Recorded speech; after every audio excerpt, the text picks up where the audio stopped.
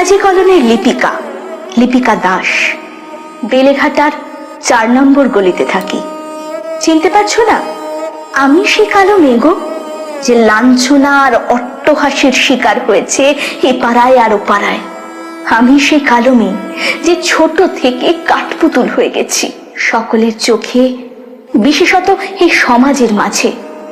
দেখেছ শুধু গায়ের রংটাই, কখনো ভেবেই দেখনি আমারও একটা হৃদয় আছে। একের পর এক পাত্রপক্ষের কাছে রিজেকশন রিজেকশন আর রিজেকশন খেয়ে গেছি।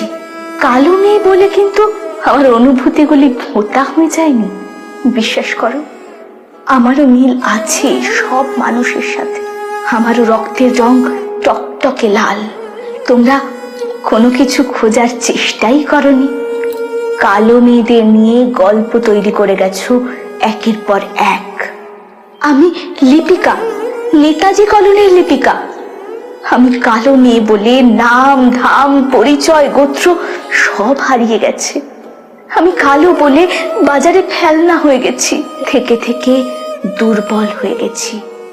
মুখোশ পরা মানুষেরা হেঁটে যায় বুকের উপর দিয়ে অবহেলার সুরে।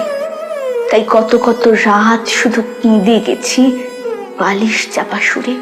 আমার ছবিতে হাই ব্রাইটনেস আর বিউটি প্লাস চাপাতে চেয়েছে সমাজ, কিন্তু বিশ্বাস করো, আমি এমন একজনকে চাই যে আমার রূপ না দেখে কেবল আবেগকে দাম দেবে।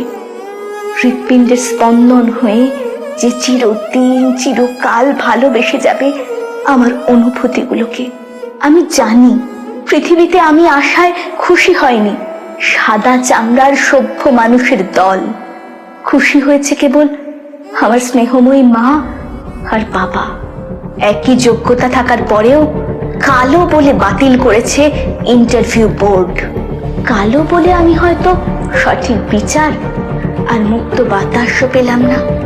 তাই আজ দাবানলের মতো জ্বলতে চাই আমি এই ঘুম ধরা সমাজে দিগন্ত থেকে দিগন্ত জুড়ে। এক কঠিন বিপ্লব ঘটাতে চাই, আমূল পরিবর্তনের আগুন জ্বালাতে চাই। কালো মেয়ের দল প্রতিবাদ করে যাবে, আর মুখোশ পরা সভ্য মানুষের বিষ দাঁত ভেঙে দেব আমরা। জানিয়ে দেব আর বুঝিয়ে দেব, গায়ের চামড়ার কোনো বর্ণ নেই, কালো সাদার কোনো বিভেদ নেই। কালো মেয়ের কষ্ট থেমে যাবে, থেমে যাবে কালো মেয়ের কষ্ট, তার বুদ্ধিমানতায়, তার যোগ্যতায়, তার সৃষ্টি।